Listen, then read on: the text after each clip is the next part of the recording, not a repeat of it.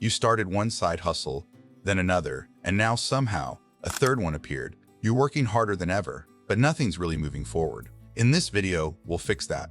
You'll learn how to escape the chaos, stay focused, and keep your momentum strong, so your projects finally work together, not against each other. Most people think burnout comes from overwork, but often it comes from working hard on too many things that don't compound. You start a freelance project, then you become impatient and add a small online store. It looks faster. Then a friend suggests starting a YouTube channel. That seems even faster. And once you're in, you decide to add a newsletter because that one looks really easy. Now you have 4 ideas, each one half built, none of them stable. The problem isn't the effort, it's the split attention. Every time you jump from one hustle to another, your brain resets context. You lose time remembering what you were building, which tools you used, who your target audience was. Psychologists call it the context switching cost. You think you're multitasking, but you're really just reloading your brain over and over again. Progress divided is progress delayed. Every unfinished project resets the clock. You're always starting, never scaling. Real productivity isn't about doing more. It's about doing fewer things in sequence, with intensity and closure. The difference between chaos and clarity isn't time management, it's decision management. If you're managing multiple side hustles, the goal isn't to kill your curiosity, it's to organize your chaos with purpose. Here's the rule: 1 core, 2 support, 1 learning. Your core hustle is your foundation, the one that pays the bills, builds reputation, or compounds long-term results. It's where most of your time, structure, and mental energy go. Your support hustles exist to feed the core, not compete with it. They bring visibility, credibility, or lead flow, like a YouTube channel, a newsletter, or a small digital product. And finally, your learning hustle, the space where you experiment, something new you're testing or studying without pressure for immediate results. It's not a business yet. It's a sandbox for future potential. You can explore anything, as long as you're clear which role it plays. When your system looks like this, clarity returns. You stop trying to grow 4 businesses at once, and instead, you let 1 lead, 2 assist, and 1 evolve quietly in the background. You don't need fewer ideas. You need a hierarchy. Imagine someone like you, motivated, creative, but stretched thin. They're running 4 projects: freelance design services, a small online store, a YouTube channel, a newsletter about creative tools. All of them have potential, but together they create noise instead of traction. Here's how the 1 core, 2 support, 1 learning framework changes that. Step 1. Define the core. Ask 1 question. If I could only keep one of these for the next year, which would I choose? In this example, the core becomes the freelance design business.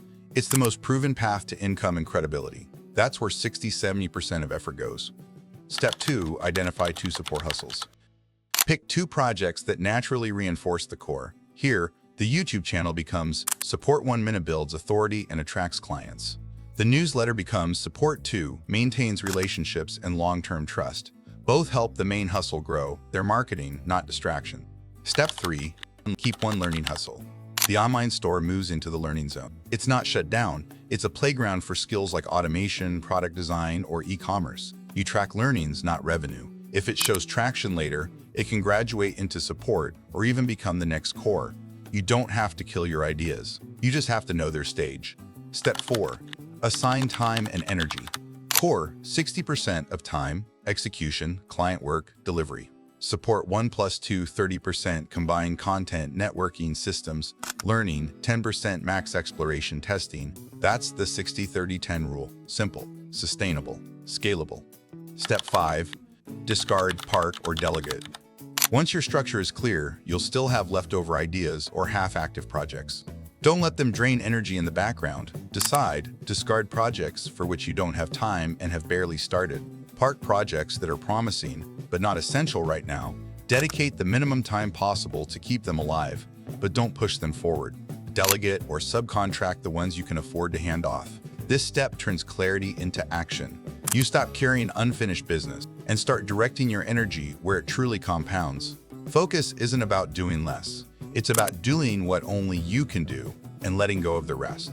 Even with a clear framework, most people still find ways to complicate it. They say they're simplifying, but in practice, they just rename their chaos.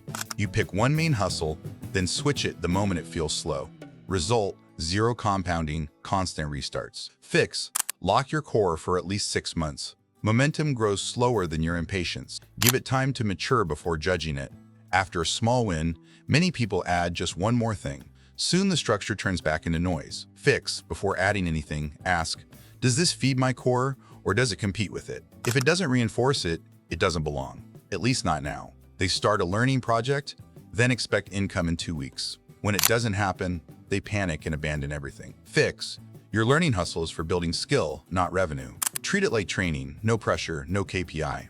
Many creators never stop to evaluate what's actually working. They confuse activity with progress and keep everything, just in case. Fix. Every 90 days, run a focus audit. Score each hustle by energy, revenue, and growth potential.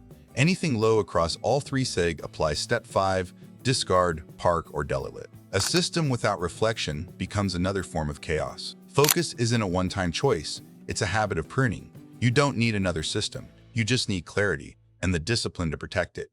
Here's a 3-step plan to regain focus this week. Step 1, audit everything. Write down all your active and paused hustles. Be honest, which ones actually create results and which ones only create noise. Use 3 quick metrics: energy, progress, and potential. You can't manage what you haven't measured.